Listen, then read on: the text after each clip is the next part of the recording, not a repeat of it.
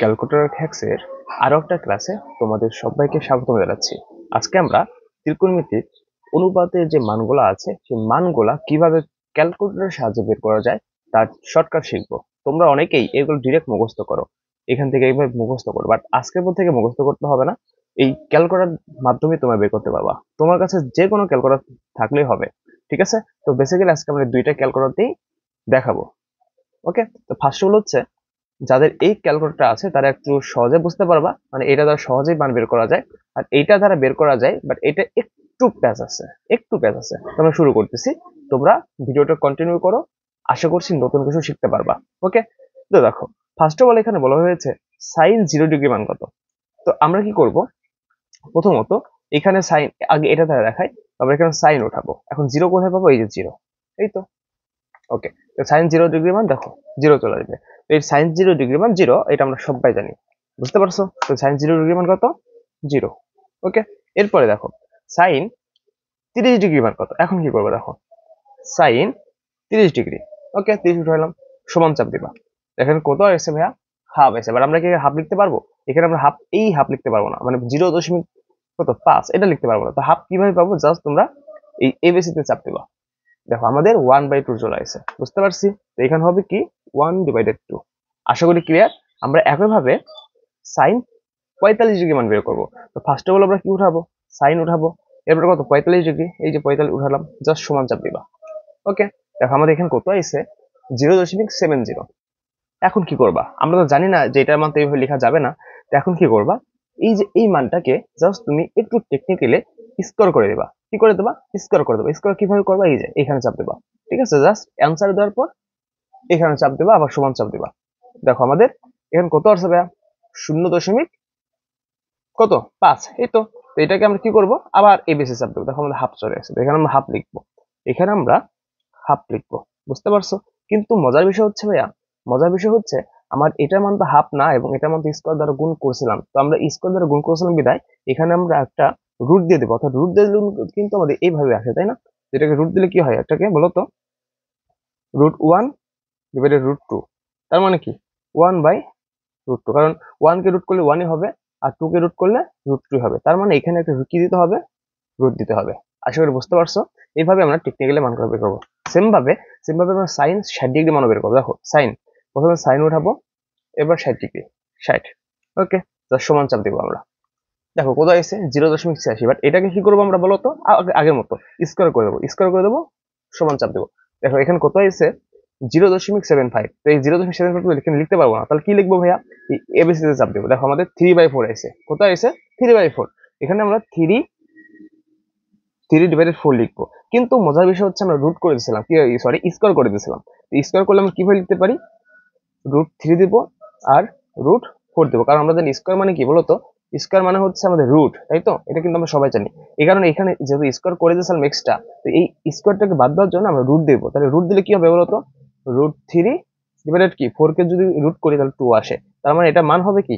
এটা মান হবে কি বলতো? এটা মান হবে √3/4, 2, √3/2।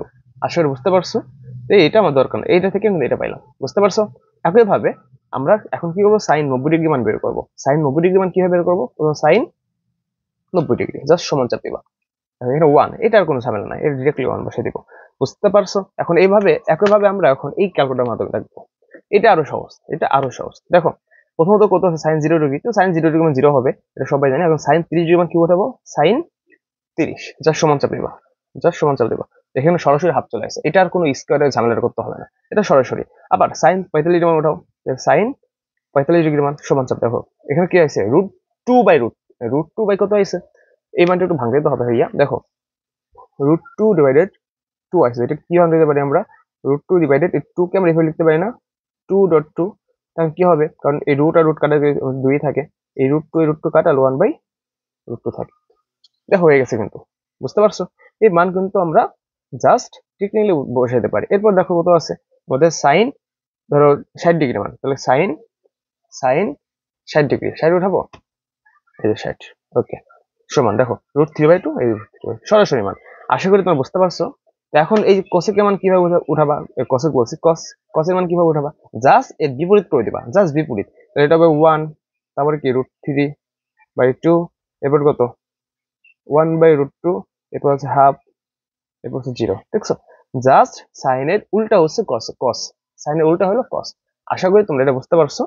একইভাবে আমরা এখন tan এর মান বের করবো। একইভাবে এখন tan এর মান দেখো, tan 0 ডিগ্রি আগে এটা ধারাও করবো, এখন এটা ধারাও করবো। তো tan 0 ডিগ্রি মান কত হবে ভাইয়া বলো তো? তো tan 0 উঠাবো, দেখো কত আইছে 0। tan 0 ডিগ্রি মান 0, তাই না? কিন্তু এটা কি আদৌ সম্ভব? আদৌ সম্ভব। তো tan 0 ডিগ্রি মান কত আসছে? 0 আসছে। আচ্ছা, আমি একটু অন্য একটা কালি ব্যবহার করি। তো tan 0 ডিগ্রি মান 0। তাহলে বলো তো এখানে tan 30 ডিগ্রি মান কত হবে? tan 30 ডিগ্রি মান কত হবে বলো তো? দেখো এখানে কত আছে 0.57। তো এটা কি করবো? জাস্ট এবিসি চাপ দিব। বাট দেখো তো ভাই, এবিসি চাপ দিলে কি আমাদের মান আসে না। এটাকে কি করবা? জাস্ট স্কোয়ার করে দিবা, সমান দিবা। দেখো এখন কত হয়েছে 0.333। এখন এটাকে এবিসি চাপ দিবা, দেখো 1/3। তার মানে এটার মান আমাদের কি আসলো বলো তো? আমাদের 1/3 আসলো। বাট আমরা কি করছিলাম? স্কোয়ার করে দিয়েছিলাম। স্কোয়ার করার জন্য কি করবো? এটাকে রুট করে দেবো। √1 আর √3, তাহলে কি হবে 1/√3। তার মানে এটার মান হবে কি 1/√3। বুঝতে পারছো? সেই মজা, কিন্তু সেই মজা। একইভাবে বলো তো tan 45 ডিগ্রি মান কত হবে ভাইয়া? tan 45 ডিগ্রি মান দেখো একইভাবে প্রথম tan উঠাবো। tan 45 ডিগ্রি মান সমান চাপ দেবা, এটা 1, এটা সরাসরি 1 চলে আসছে, এটা আর কোনো ঝামেলা নাই। এরপর tan 60 ডিগ্রি মান কত হবে? tan 60 ডিগ্রি মান জাস্ট সমান চাপ দাও, দেখো এখানে 1.773 আসছে, 1.7। এখন তুমি এবিসি চাপ দিলে দেখো তো কত আসে? কিছু আসে না। এখন কি করবা? স্কোয়ার করতে হবে। স্কোয়ার জাস্ট সমান চাপ দেবা। এখন এখানে 3 চলে আসছে, কিন্তু আমাদের তো এটা 3 আসছে, বাট এটা তো আমাদের স্কোয়ার গুণ করছিলাম, তাই না? এটা তো স্কোয়ার দেওয়া যাবে না, এই জন্য কি করবো? স্কোয়ার পরিবর্তে আমরা রুট দেবো। তাহলে এটা মানে হচ্ছে কি √3। বুঝতে পারছো? সেই মজা না ভাইয়া বলো? এবার কি বলো, tan 90 ডিগ্রি মান কত হবে? tan 90, দেখো tan 90 ডিগ্রি, এটা ম্যাট ইরো লেখা আছে, তার মানে এটা অসংখ্যায়িত। এটা কি অসংখ্যায়িত। ওকে, তাহলে এখন বলো কটের মান কত হবে? জাস্ট উল্টা, tan এর উল্টা এগুলো মান। তাহলে এখানে লিখবা অসংখ্যায়িত, জাস্ট উল্টা দিক থেকে লিখবা। তারপরে কি √3, তারপরে 1, তারপরে 1/√3, এরপর হচ্ছে 0। এই তো, সে মজা। কিন্তু আমরা কিন্তু সবগুলো মান টেকনিক্যালি কিন্তু বের করলাম। এখন কি আছে ভাইয়া? সেকের মান বের করবা। আচ্ছা, এই যে আমরা এটা দ্বারা দেখাই, এটা দ্বারা কয়েকটা দেখাই, তাহলে হবে। ধরো এই tan, এখান থেকে ধরো tan আমি এই 30 ডিগ্রি মান বের করবো। tan 30 ডিগ্রি সমান, দেখো এর মধ্যে √3/3 এইভাবে ক্যালকুলেশন করতে হবে, এই যেটার মতো। ঠিক আছে, কাটাকাটি করে এভাবে করে দিবে, আমার 1/√3 চলে আসবে। এবার tan 45 ডিগ্রি মান কত হবে? 1 আসবে। আচ্ছা, tan 60 ডিগ্রি মান কত? দেখো তো কত? √3।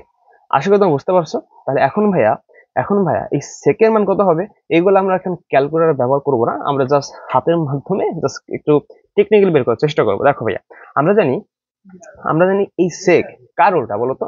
আমরা জানি সেক হচ্ছে কসের উল্টা। আমরা শুধু জানি না যে কস থিটা সমান কি জানি 1/sec থিটা। এই তো, তাহলে কি লিখতে পারি?